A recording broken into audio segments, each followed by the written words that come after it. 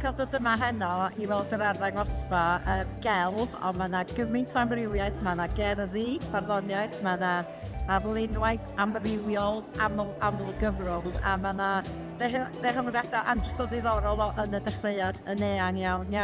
Mae'n hyfryd gweld y bad i cymryd rhan, ac oedden ni ddall bod yna bobl proffesiynol ac bobl sy'n arlunio a jyst am mwynhad iddyn nhw eu hunain. A hyfryd, a dwi'n bobl gwahanol at ei gilydd i werthfawrogi celf, fath lle da ni'n cael yn aml iawn yn y rhan yma o'r byd. So diolch yn mawr am drefnu, hyfryd iawn.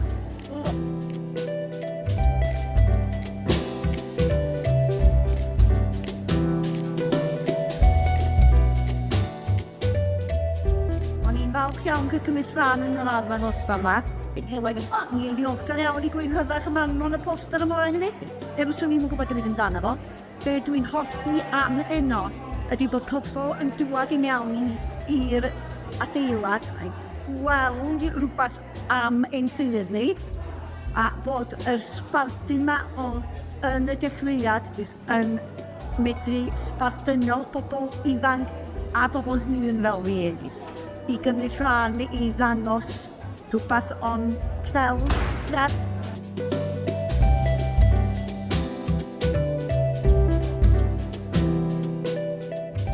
Wy'n ddechrau, dwi'n meddwl bod yna ambell amrywiaeth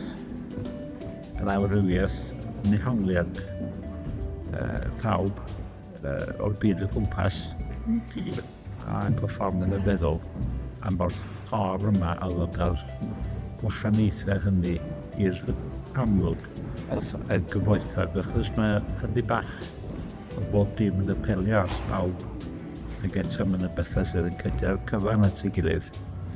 A dwi'n fel bod gwneud o fel unigolion yn un ffordd, achos mae'n rhoi cyfle iddyn nhw gael rhannu stwff, rhannu i gwaith nhw i hunain. Y canlyniad i hymdrechion nhw, ond mae yna le hefyd i fod yn gredo fel proses gymunedol, rhywbeth sydd wedi tynnu pobl at ei gilydd. So, da ni'n creu cynulleidfaoedd falle yn gwaith ni'n des, lle mae'n fwy na canlyniad gwaith unigolyn, sydd da ni'n dweud